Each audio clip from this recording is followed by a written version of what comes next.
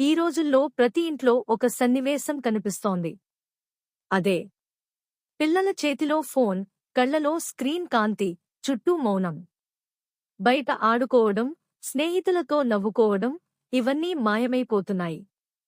ఇప్పటి పిల్లల ఆటవస్తువు టాయ్ కాదు, మొబైల్ ఫోన్. పిల్లలకి మొబైల్ ఫోన్ దూరం చేస్తే వాళ్లకి తెలియకుండా కన్నీళ్లు, కోపం, భయం, సైకలాజికల్ డిసార్డర్, తిండి తినలేకపోవడం, కంటి సమస్యలు ఇంకా ఎన్నో ఇబ్బందులు పడతారు. ఇదే నోమోఫోబియా.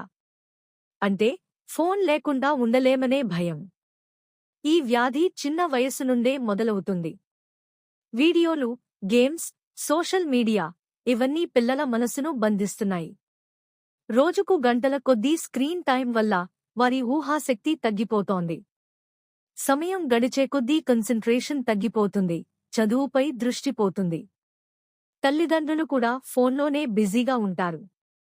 పిల్లలతో మాట్లాడే సమయం తగ్గిపోయింది. అందుకే పిల్లలు ఫోన్నే స్నేహితుడిగా భావిస్తున్నారు. మొబైల్ లేకపోతే వాళ్లలో ఆందోళన, చిరాకు. ఇంకా కొందరికి నిద్రలేమి, కంటికి నొప్పి, తలనొప్పి వంటి సమస్యలు వస్తున్నాయి.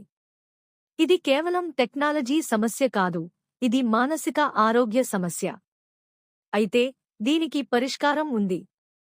తల్లిదండ్రులు రోజులో కొంత సమయం పిల్లలతో గడపాలి.